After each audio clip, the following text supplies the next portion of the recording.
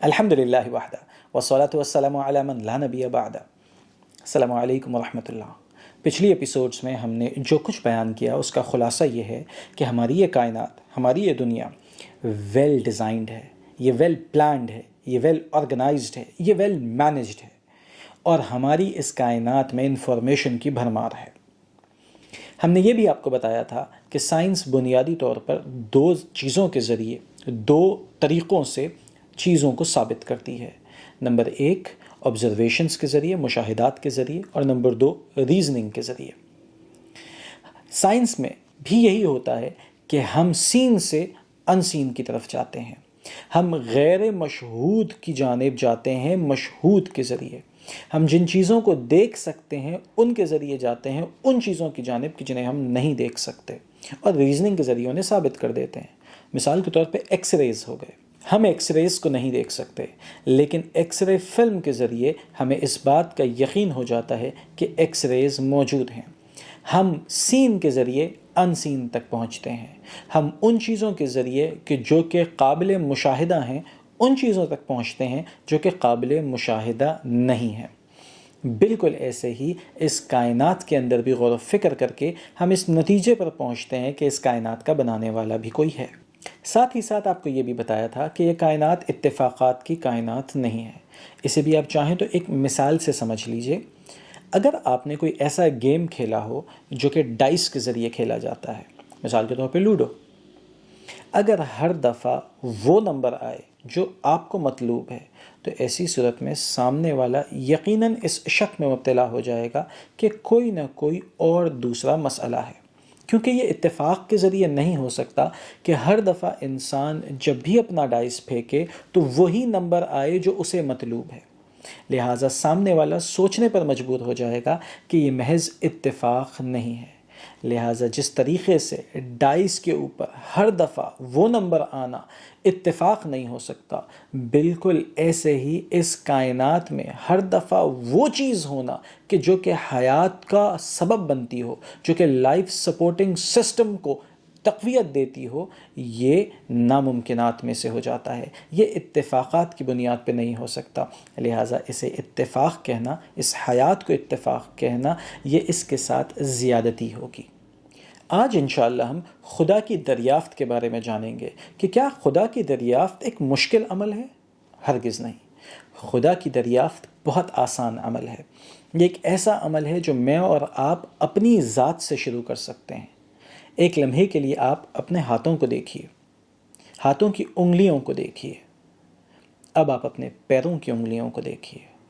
اگر ہاتھ کی انگلیاں پیر کی انگلیوں کی جگہ ہوتی، اگر پیر کی انگلیاں ہاتھ کی انگلیوں کی جگہ ہوتی، تو ہمارے لیے چلنا، پھرنا، کسی چیز کو پکڑنا، یہ تمام کا تمام بہت مشکل اور دشوار ہو جاتا، بلکہ یوں سمجھ لیجئے کہ ناممکن ہو جاتا۔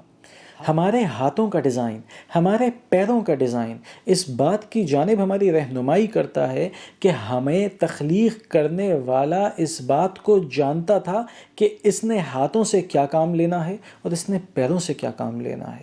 یہی وجہ ہے کہ مسلمان اسے خلاق کہتے ہیں، مسلمان اسے علام الغیوب کہتے ہیں۔ وہ ایسا تخلیق کرنے والا ہے جو کہ ہر غیبی چیز کو جاننے والا ہے، جو اپنی مخلوقات کے بارے میں علم رکھتا ہے اور انہیں بہترین صورت میں تخلیق دینے والا ہے۔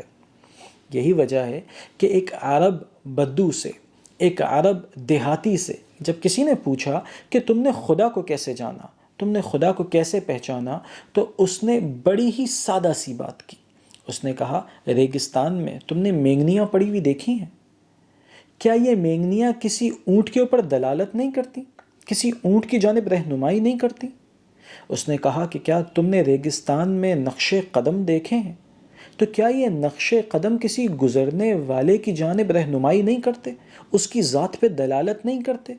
تو پھر یہ آسمان و زمین، یہ چاند، یہ سورج، یہ ستارے، یہ سمندر، یہ ریگستان، کیا کسی بنانے والے کی جانب رہنمائی نہیں کرتے؟ کیا یہ کس بات کی جانب رہنمائی نہیں کرتے کہ کسی کی قدرت یہاں سے بھی گزری ہے، یہ کسی کی کاریگری ہے؟ خدا کی دریافت کامن سینس کے ذریعے کی جا سکتی ہے، لیکن خدا کی دریافت سائنٹیفک وے میں بھی کی جا سکتی ہے، ریزننگ کے ذریعے بھی کی جا سکتی ہے۔ آج انشاءاللہ ہم انسانی جسم کے چند اعضاء کے اوپر گفتگو کریں گے اور دیکھیں گے کہ کس طریقے سے یہ اعضاء ہماری خدا کی جانب رہنمائی کرتے ہیں۔ اس کے لیے ہم سب سے پہلے دماغ، برین کو ڈسکس کریں گے۔ دیکھیے، انسانی دماغ، انسانی برین ایک وقت میں نہایت ہی کمپلیکس ایکویشنز کو سولو کرتا ہے۔ انسانی دماغ یہ فیٹ اور پروٹینز سے مل کے بنا ہوا ہے۔ انسان کے دماغ میں 86 ارب نیورونز، 86 بلین نیورونز ہیں، اور یہ نیورونز انفارمیشن میسنجرز ہیں۔ یہ لمحہ بھر میں آپ کے دماغ سے آپ کے جسم میں انفارمیشن پہنچا دیتے ہیں، اور لمحہ بھر میں آپ کے جسم سے انفارمیشن آپ کے دماغ تک پہنچ جاتی ہے۔ انسانی دماغ کس طریقے سے کام کرتا ہے، اس کا اندازہ آپ اس بات سے لگا لیجئے کہ اس لمحے آپ اس ویڈیو کو دیکھ رہے ہیں۔ جس لمحے آپ اس ویڈیو کو دیکھ رہے ہیں، اسی لمحے آپ میری آواز بھی سن رہے ہیں۔ جب آپ میری آواز سن رہے ہیں تو ساتھ ہی ساتھ آپ میری بات کو سمجھ بھی رہے ہیں۔ جس وقت آپ میری بات کو سمجھ رہے ہیں، اس وقت آپ اس ویڈیو میں موجود کنٹینٹ کو اینالائز بھی کر رہے ہیں، اور ساتھ ہی ساتھ اگر آپ بیٹھے ہوئے ہیں، اگر آپ کھڑے ہوئے ہیں، اگر آپ لیٹے ہوئے ہیں، تو آپ اپنے بیلنس کو بھی قائم کیے ہوئے ہیں۔ یوں ہی اگر آپ کے ارد گرد کوئی آواز آ رہی ہے تو آپ کا ذہن اس آواز کو اس آواز سے جدا کر رہا ہے۔ آپ دونوں آوازوں میں سے کسی ایک آواز کے اوپر فوکس بھی کر پا رہے ہیں۔ یوں ہی جس وقت آپ یہ ویڈیو دیکھ رہے ہیں، اس وقت آپ کا خون گردش بھی کر رہا ہے، آپ کا دل دھڑک بھی رہا ہے، آپ اپنی پلکوں کو جھپک بھی رہے ہیں، اور ساتھ ہی ساتھ آپ کا نظام ہضم بھی چل رہا ہے۔ یوں ہی اس وقت آپ کے ناخن بھی بڑھ رہے ہیں، اور یہ سارے کے سارے کام کنٹرول ہو رہے ہیں آپ کے دماغ سے، آپ کے برین سے۔ آپ تصور کیجئے، ایک انسان جب ایک روبوٹ کو بناتا ہے، اس روبوٹ کے لیے پروگرامنگ کرتا ہے۔ جب روبوٹ کو پروگرامنگ کی ضرورت ہے تو اس کے لیے یقیناً ایک پروگرامر بھی چاہیے۔ لیکن آپ غور کیجئے کہ یہ ساری کی ساری کمپلیکس ایکویشنز، یہ ساری کی ساری پروگرامنگ، یہ آپ کے برین میں ہوئی ہوئی ہے، جو کہ ایک لوتھڑا ہے، جو کہ فیٹس اور پروٹینز سے مل کر بنا ہوا ہے۔ تو روبوٹ کی پروگرامنگ آسان ہے، لیکن ایک لوتھڑے میں پروگرامنگ کر دینا یہ بہت مشکل کام ہے۔ جب روبوٹ کی پروگرامنگ کے لیے آپ کو ایک پروگرامر چاہیے، تو کیا آپ سمجھتے ہیں کہ گوشت کے لوتھڑے میں پروگرامنگ کرنے کے لیے آپ کو کسی قسم کے پروگرامر کی ضرورت نہیں؟ یہ یقیناً زیادتی ہوگی، یہ یقیناً ناانصافی ہوگی۔ خدا کے وجود کو مانے بغیر اس کی توجیہ ممکن ہی نہیں ہے۔ لہٰذا میں نے اور آپ نے ضرور سوچنا ہے، غور و فکر کرنی ہے کہ اتنا کمپلیکس نظام یہ بغیر کسی چلانے والے کے کیسے چل رہا ہے۔ ہم مزید دیکھتے ہیں، بالوں کا مشاہدہ کرتے ہیں۔ میرے اور آپ کے جسم پہ تقریباً 5 ملین بال ہیں۔ انسان کے جسم پہ مختلف مقامات کے اوپر بال موجود ہیں، اور آپ غور کیجئے ہر جگہ کے مقام کے بال کی گروتھ ڈیفرنٹ ہے۔ انسان کی ناک میں بھی بال ہیں، کیوں ہیں؟ انسان کے کان میں بھی بال ہیں، کیوں ہیں؟